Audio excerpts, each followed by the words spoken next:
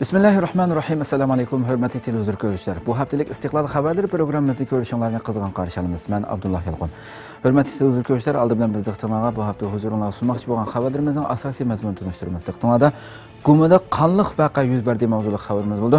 Xotan viloyati Gumin oyisida 14-fevral pichoqliq hujum qilish voqeasi yuz berdi. Voqeada Xitoy tarafdan 5 odamning o'lganligi, shuningdek 5ning yaralanganligi bildirildi. Voqea sodir qilgan 3 yoshning Xitoy tarafidan naq maydonda o'ldirilganligi bildirildi. Xitoy albatta bu voqea haqida boshqa hech qanday tafsilotni e'lon qilmadi.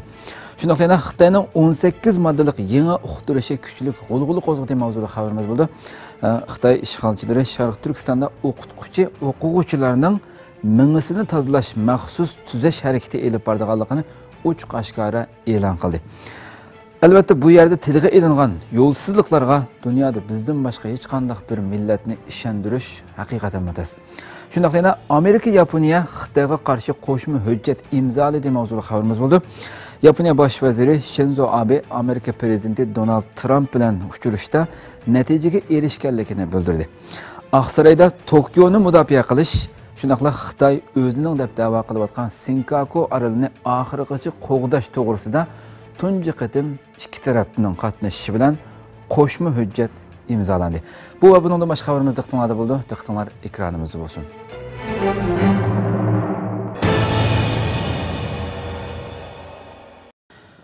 Gumida yana qonliq voqea yuz berdi. Sharq Turkistonning Xotan viloyati Gumin oyisida pichoqliq hujum qilish voqeasi yuz berdi. Voqea Gumin nahiya bozoridagi bir qo'roning ichida 3 kishi tomonidan paydo qilinganligi ilgari surildi. Hujum qiluvchilarning 10 kishini pichoq bilan yaralandirganligi, Xitoy tomonidan 5 kishining o'lganligi tilga olindi.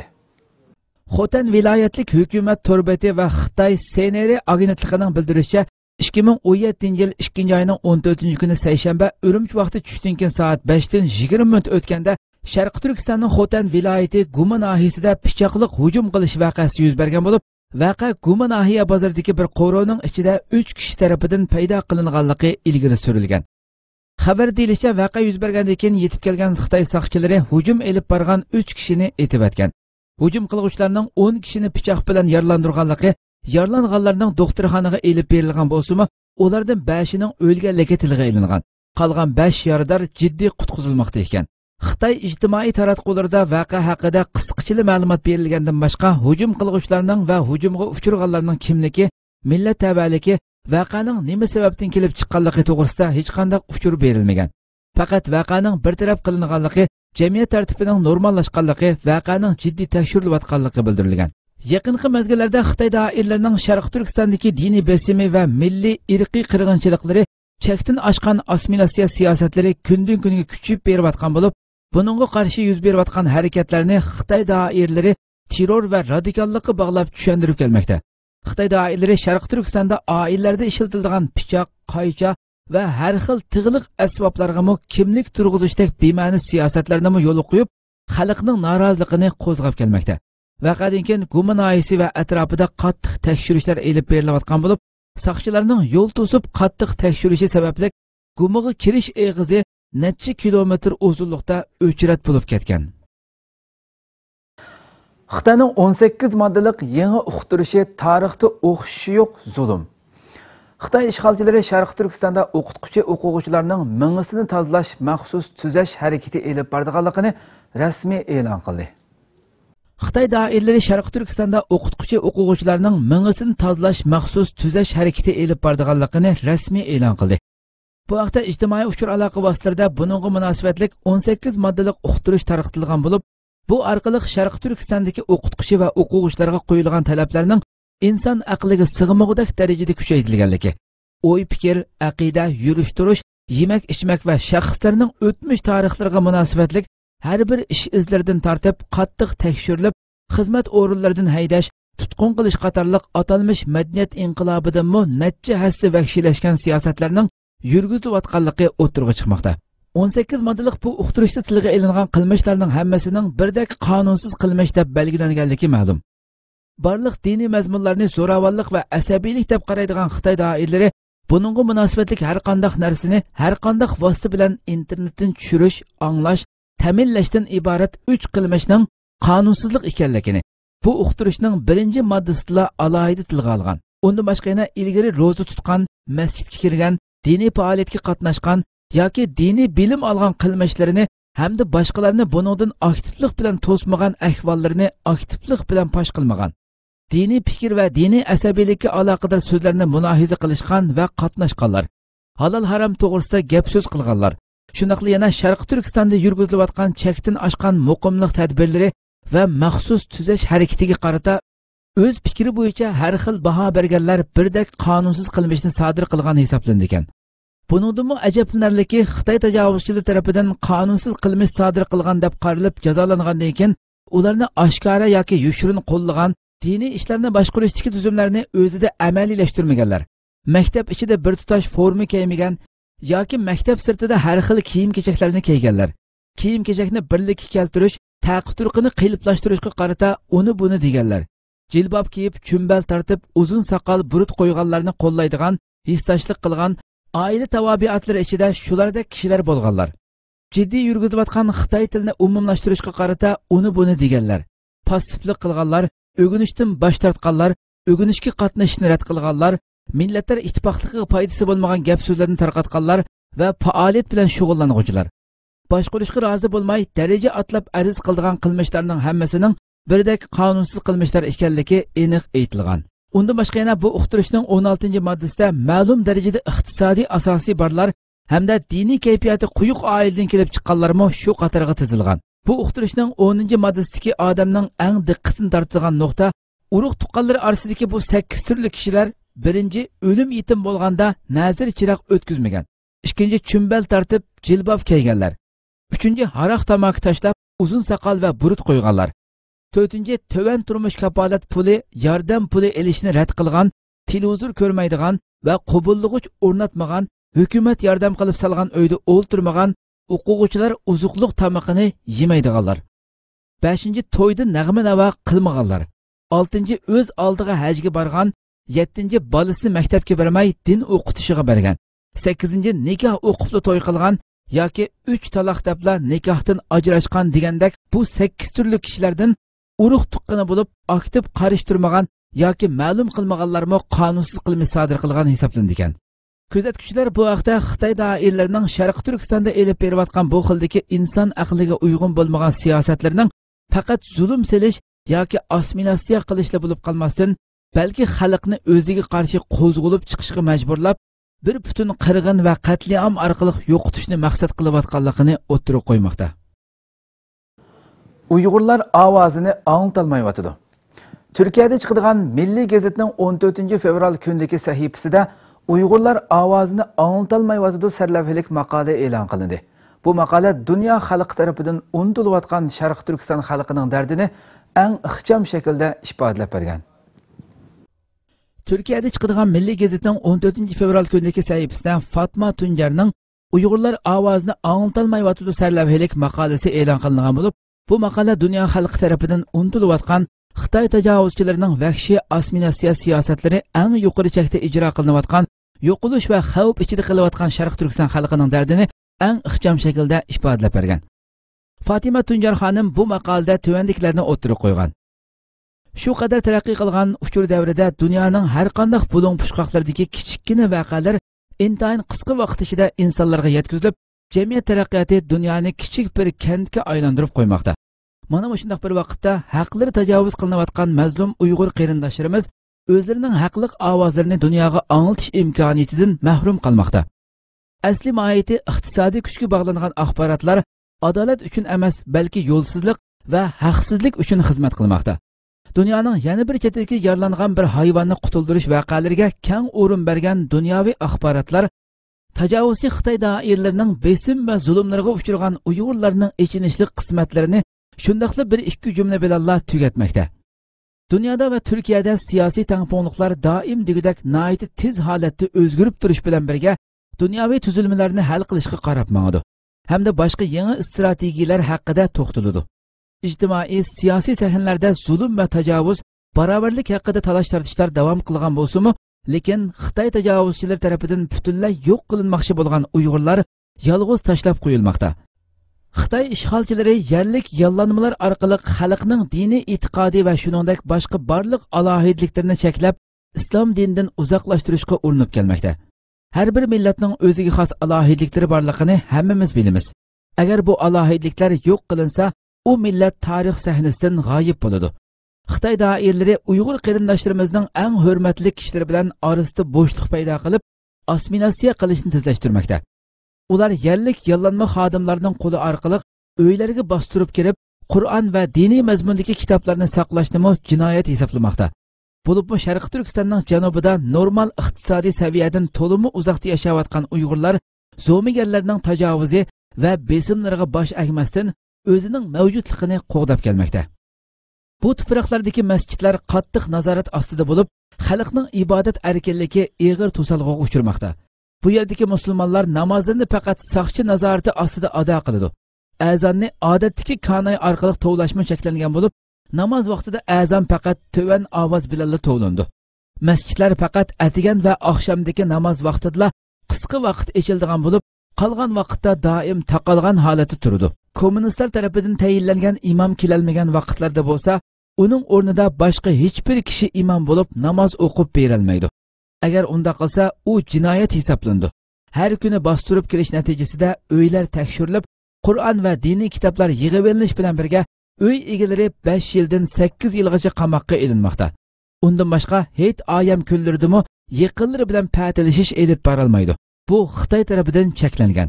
Davlatimizda 15-iyul siyosiy o'zgarishdan keyin orqa-orqadan maydonga kelgan portlash va uning natijasida begunoh insonlarning o'ldirilishi, ichki va sirtidagi terror va to'polonlar bizning butun zihnimizni o'zimizga qaratib oldi. Ammo har qanday bir ish bo'lib ketsa-mu, Turkiya azaldan mazlum xalqning yendi bo'lib keldi. Rabiya Qadir xonim Yaponiyada ziyorati bo'ldi. Dünya Uyg'ur qurultiyi raisi Rabiya Qadir xonim 11 fevral kuni Yaponiyaga yetib kelgan bo'lib, Yaponiyadagi Uyg'ur tashkilotlari va bir qism organ, shunaqla ko'zi ko'ringan kishilar tomonidan qizg'in kutib olindi. Dünya Uyg'ur qurultiyining raisi Rabiya Qadir xonim 11 fevral kuni Yaponiyaga yetib kelgan bo'lib, Yaponiyadagi Uyg'ur tashkilotlari va bir qism organ, ko'zi ko'ringan kishilar tomonidan qizg'in kutib olindi. Rabiya Qadir xonim Yaponiyaga kelgandan keyin Tokiodagi Okura mehmonxonasining ziyofat zalida o'tkazilgan Tibet surgundi hukumatining bosh ministri Lobsang Sangayni qarshi olish ziyofatiga aziz mehmon sifatida qatnashdi.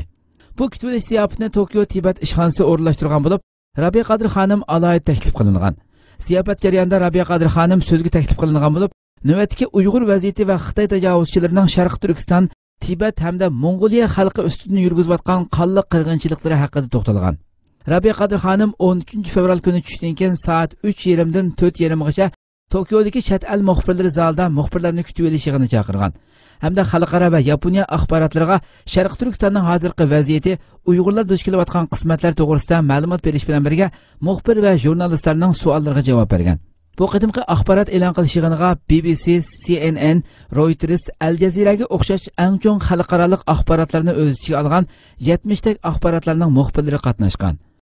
14 fevral kuni soat 10:30 dan 12:30gacha Rabiya Qadir xonim Yaponiyaning Kamakura shaharlik parlamentining alohida taklifiga binoan bu yerda Uyg'urlarning hozirgi masalalari haqida doklad bergan hamda Kamakura shahrining shahar boshlig'i bilan ayrim suhbatda bo'lgan.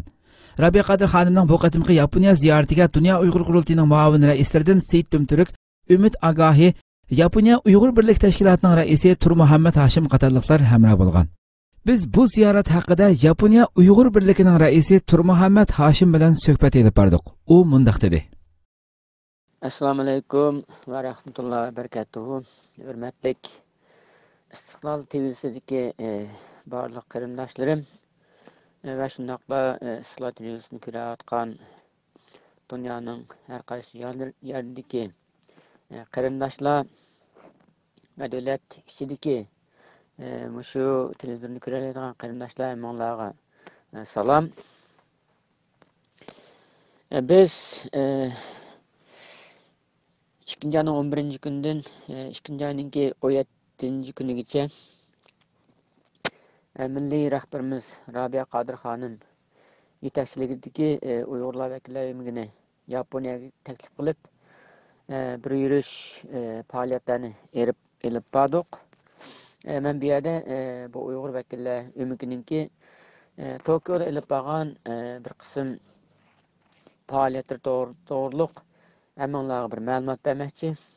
2013 kuni biz Tokyo'daki mashhur chet ellik muxbirlar klubida bir mükemmel muxbirlarni kutilish yig'ini o'tkazdik. Bu yig'inga milliy rahbarimiz Rabia Qodir xonim va shundoqla Turkiyadagi Rabia Qodir xonimning alohida vakili Seyittin Turk apandi, Germaniyadan kelgan Dunyo Uyg'ur qurultiyining muavin raisi hurmatli Ümit Hamid apandi qatorliqlar bu muxbirlarni kutilish yig'iniga qatnashdi. Bu qadimgi muxbirlarni kutilish yig'inida Rabia Qodir xonim söz qilib, Sharqiy Turkistondagi navbatdagi vaziyati bo'libmi Chinchango Sharqiy Turkistonga yangi bosh sekretar bo'lib kelgandan keyingi Xitoy markaziy hukumatiningki Sharqiy Turkistonda tutayotgan bir yurish yangi siyosatlarini to'g'ristirib o'tdi. Bu yerdami yanala Chinchango'ningki masjidlarni cheqish, keng ko'lamda saqchi punktlarini qurib, Uyg'urlarga bo'lgan har xil bostirish, kontrol qilish siyosatlarini va shundoqla Chinchango'ningki atalmış Uyg'urlar bilan Xitoylarningki tuqqan bo'lish siyosatlari iborat bu ahvollar to'g'riliq Yaponiyaningki ishchi va sirtdagi 20-30 dan ortiq muxbir 20-30 dan ortiq gazet, jurnal, televizor, radio de iborat matbuot muxbirlarga tafsiliy ahvol tushuntirib o'tdi.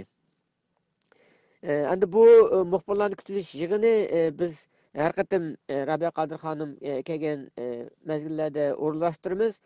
Bu qatimki muxbirlarni kutilish yig'inininki alohidaligi bo'lsa, Rabia Qodir xonim asos jihatdan navbatdagi Sharq Turkistonda bo'layotgan inson huquqi tajovuzchiligi bo'libmi Xitoy markaziy hukumatiningki bu Uyg'urlarni assimilyatsiya qilish, Uyg'urlarningki diniy kimligini yo'qotish masalalarini nuqtaliq anlatdi.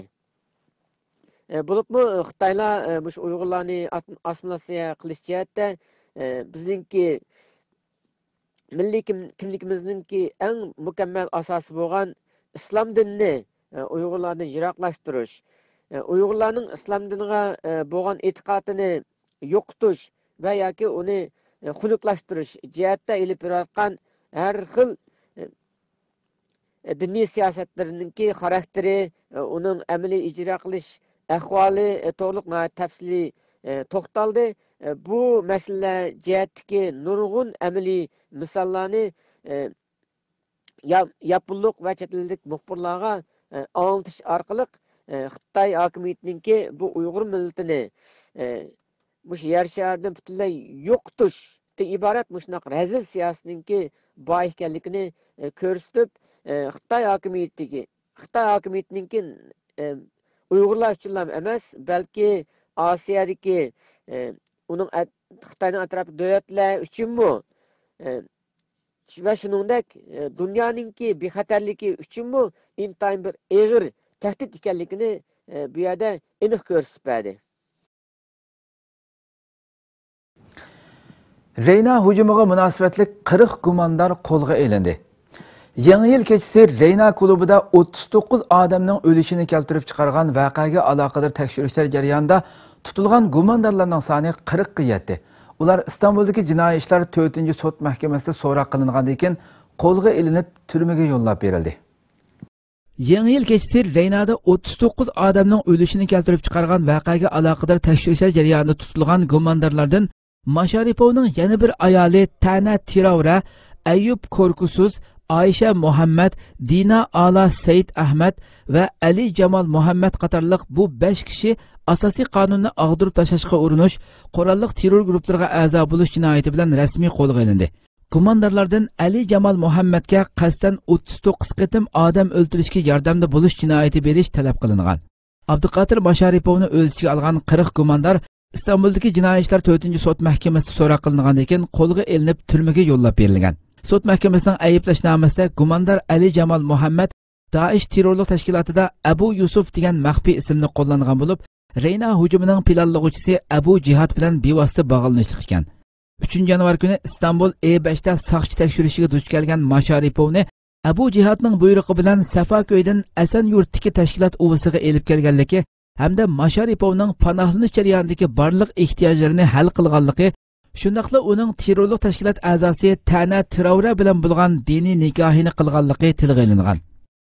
Ayblashnomada yana Masharipov bilan birlikda bir uydan tutilgan Tana Traorening terrorlik tashkilotga a'zo bo'lganligi, Suriyadagi urush rayoniga berish uchun Fransiyadan kelganligi va Masharipov bilan nikohlanganligi, ikkisining Google tarjimon orqali Rossiya va fransuzcha so'zlashganligi bildirilgan. Gumondor Ayyub qo'rquvsiz bo'lsa, Reyna hujumini planlovchilardan biri bo'lib, uning Abu Qatada degan maxfiy ismni qo'llanganligi, Telegramdami mushu ismni qo'llanganligi, tekshirish jarayonida uning tashkilot tarafidan Nashida ismini berganligi, urush rayonlarida tartilgan suratlarning qo'lga tushirilganligi, Daesh uylarining bexatarligiga mas'ul bo'lganligi qayd qilingan. Uningdan boshqa Somalilik yana bir gumondor Aisha Muhammadning Reyna qotili Masharipov bilan birlikda Asan yurtdagi uydan tutilganligi, Suriyadagi urush rayoniga berish uchun kelganligi, Misrlik Dina Ala Said Ahmadning Masharipov bilan birlikda Asan yurtdagi uydan tutilganligi bildirilgan. Doğu Perinçek Xitoyda ziyorati bo'ldi. Turkiyadagi Xitoyparast partiya Vatan partiyasining raisi Doğu Perinçek va uning hamrohligidagi hay'at Xitoyning taklif qilishi bilan 6 fevraldan 10 fevralgacha Xitoyda ziyorati bo'ldi. Ulusal kanalning 15 fevral kunidagi xabarda Turkiyadagi Xitoyparast partiya Vatan partiyasining raisi Doğu Perinçek va u boshchiligidagi hay'at Xitoyning taklif qilishi bilan 6 fevraldan 10 fevralgacha Xitoyda ziyorati bo'lgan. Bu hay'at Xitoy ziyorati jarayonida Xitoy Tashqi ishlar ministrligining muavin ministri Li Jun bilan ko'rishgan. Ko'rish jarayonida Perinçek Xitoy Turkiyaning eng hurmatga sazovor do'stidir. Turkiya hozir ichki va tashqi jihatdan Amerikaning terror guruhlari bilan urushmoqda. G'arb davlatlari Turkiyaning birligiga tahdid bo'lmoqda. Bu ahvol Turkiyani Xitoy bilan nihoyat quyuq hamkorlikka elib kelmoqda deganlarni bildirgan. Perinçekning so'zlariga qarata Li Jun Vatan partiyasining Turkiya siyosatida nihoyat muhim rol o'ynayotganligini, ikki partiya orasida mohiyatlik bog'lanishlarning borligini, Turkiya Xitoy munosabatlaridagi taraqqiyotlarda Vatan partiyasining rolining intayin cho'ng ekanligini tilga olib alohida maqtagan. Arqadan bu hay'at Xitoy siyosiy maslahat kengashi xalqaro komiteti muavin raisi Wang Jiarui bilan ko'rishgan. Wang Jiarui Perinçekka mundaq degan: "Siz bizning qadinas do'stimiz. Biz hamkorligimizni texama taraqqiy qildiramiz. Turkiya bilan Uyg'ur rayonidagi qudratqullik qildigan terrorchilar to'g'risida hamkorlik elib berishni to'lama arzu qilamiz. Bizni qo'llaganligingiz uchun rahmat aytamiz. Terrorchilar cho'qim bizga qaytirib berilishi kerak. Bu to'g'rida Turkiyaning qadam elishini saqlayapmiz. Biz Turkiyaning Shanxay hamkorlik tashkilotiga a'zo bo'lishini xohlaymiz." Perinçek bu so'zlarga qarata Turkiya qurolli kuchlarining Suriya va Iroqdagi Sharq Turkiston kuchlarini tozalayotganligini hamda Turkiyadagi a'zolariga zarb berayotganligini tilga olgan. Ma'lum bo'lishicha, Xitoyning taklif bilan Xitoyda ziyorati bo'layotgan Vatan partiyasi hay'ati Xitoy bilan 6 turda kelishim imzolagan. Birinchi, ikki partiyaning strategiya markazlari tayyorlik xizmatlarini elib berish. Ikkinchi, ikki partiya ta'xirsiz holda dunyo taraqqiyoti to'g'risidagi ma'lumotlardan hambaharlanishni faol quyuqlashtirish. Uchinchi, terrorizmga qarshi tajribalarni almashtirish. To'rtinchi, tashviqot organlaridagi plan loyihalarda tang o'rtoqlashish. Beshinchi, sayohat tarmoqlarida shirkat faoliyatlari nuqtasi ta'sis qilish. Bu xabar e'lon qilingandan keyin ijtimoiy aloqa vositalarida Perinçek bu qarorni nimaga tayinib oldi? Maslikda xudini bilmay qoldimi-ya? Turkiyaning va turk xalqining o'rtaq dushmani bo'lgan PKK va PYDning eng kuchli qo'llovchilaridan biri bo'lgan Xitoy kommunistlarining Turkiyadagi vakili Doğu Perinçek Xitoyda ziyorati bo'ldi degandek inkoslari keng yaralgan. Amerika Yaponiya Xitoyga qarshi qo'shma hujjat imzoladi. Yaponiya bosh vaziri Shinzo Abe yaqinda Amerika prezidenti Donald Trump bilan o'zaro uchrashuv jarayonida elib borgan muzokaralarda kutgan natijaga erishganligini bildirdi. Aqsaroyda Tokioni mudofaa qilish va Xitoy o'zining deb da'vo qilayotgan Senkaku orolini oxirigacha himoya qilish to'g'risida tunji qatim yozma shaklda qo'shma hujjat imzolandi. Rossiya TASS xabar agentligining 13 fevral kundagi xabarda deyilishicha, Yaponiya bosh vaziri Shinzo Abe yaqinda Amerika prezidenti Donald Trump bilan o'zaro uchrashuv jarayonida elib borgan muzokaralarda kutgan natijaga erishganligini bildirgan. Chunki Oqsaroy Tokioni mudofaa qilish va Xitoy o'zining da'vo qilayotgan Senkaku orolini oxirigacha himoya qilish to'g'risida tunji qatim yozma shaklda qo'shma hujjat imzolangan. Obama davrida bu xildagi va'dalar og'zaki shaklda bildirilgan bo'lib, rasmiy turda qo'shma hujjatlarga kirgizilmagan edi. Yaponiya bosh vaziri Shinzo Abe Amerika prezidenti Donald Trump bilan tuzilgan bu qo'shma hujjat haqida bayonot berib, Amerika va Yaponiyadan iborat ikki davlatning Senkaku orollari joylashgan Sharqiy Xitoy dengizidagi zich hamkorliklari to'g'risida yanama ichkirlab birdek tushunchalarning hosil qilinganligi, nihoyatda cho'ng bir tarixiy burilish bo'lib hisoblandi deganlarni bildirgan. Xitoy Amerika va Yaponiyaga tahdid soldi. Xitoy Amerika va Yaponiyaga o'zini tutib olib, xato bayonotlarni e'lon qilishni qat'iy to'xtatish to'g'risida jiddiy tahdid soldi. Xitoy Tashqi ishlar ministrligi bayonotchisi 13 fevral kuni axborot e'lon qilish yig'inida Amerika-Yaponiya bexatarlik kapolati kelishimiga qat'iy qarshi turganligini, Xitoyning Janubiy Xitoy dengizidagi barliq orollar va uning atrofiga hech bir talash tartishsiz igidorchilik qilish, hukmronlik qilish huquqi borligini bildirdi. Xabarlar to'rining 13 fevraldagi xabarda ma'lum bo'lishicha, Xitoy Amerika va Yaponiyaga o'zini tutib olib, xato bayonotlarni e'lon qilishni qat'iy to'xtatish to'g'risida jiddiy tahdid solgan. Xitoy Tashqi ishlar ministrligi bayonotchisi Geng Shuang 13 fevral kuni Beijingda elib berilgan axborot e'lon qilish yig'inida Yaponiya va Amerika rahbarlari tomonidan yaqinda e'lon qilingan o'rtaq bayonotga baho berib mundaq degan: Kim nima desa desin, nima qilsa qilsin, hammasi biz uchun baribir. Diyoyu oroli Xitoyning ekanligidagi maydonimizni asla o'zgartirmaydi. Yaponiya tilga olgan Amerika-Yaponiya bexatarlik kapolati kelishimi orqali bu ishga Amerikani kepil qilib qo'llanganligiga qat'iy qarshi turamiz. Janubiy Xitoy dengizi masalasiga munosabatli bo'lgan Yaponiya-Amerika o'rtaq bayonotidagi orollarga askar o'rinlashtirishga o'xshash jiddiychilikka sabab bo'lgan harakatlardan o'zini tortishga chaqiramiz deganlarni bildirgan. U yana Xitoyning bu vaqtdagi maydonining ochiq ekanligini, asla o'zgarmaydiganligini ta'kidlagan, lekin Janubiy Xitoy dengizidagi barliq orollar va uning atrofiga hech bir talash tartishsiz hukmronlik qilish huquqimiz bor. Xitoyning o'ziga tava bo'lgan orollar va marjon tashliqlarda munosabatli qurilishlarni elib berishi butunlay o'z hukmronligi doirasidagi ishdir. Shundaqla askar o'rinlashtirish bilan hech qanday munosabati yo'q. Ba'zi bir davlatlar o'z kuchini ko'rsatish uchun paraxodlarni Janubiy Xitoy dengiziga yo'lga solmoqda. Bu paraxodlar hadislar tushunishmasliklarni keltirib chiqarishga urinmoqda. Mana bular Janubiy Xitoy dengiziga askar o'rinlashtirishni tezlashtiruvchi omillardir deganlarni tilga elib o'tgan. Hurmatli televizor ko'ruvchilar, shunaqla bu haftalik Istiqlol xabarlari programmamiz mush yerda oxirlashdi. Kelar qatimgi programmamizni ko'rishgacha sizlarni Janobi Alloh topshirimiz shunaqla program oxirida ekran orqasidagi barliq xizmatdoshlarimga ko'pdan ko'p rahmat aytaman. Assalomu alaykum va rahmatullohi taala va barakatuh.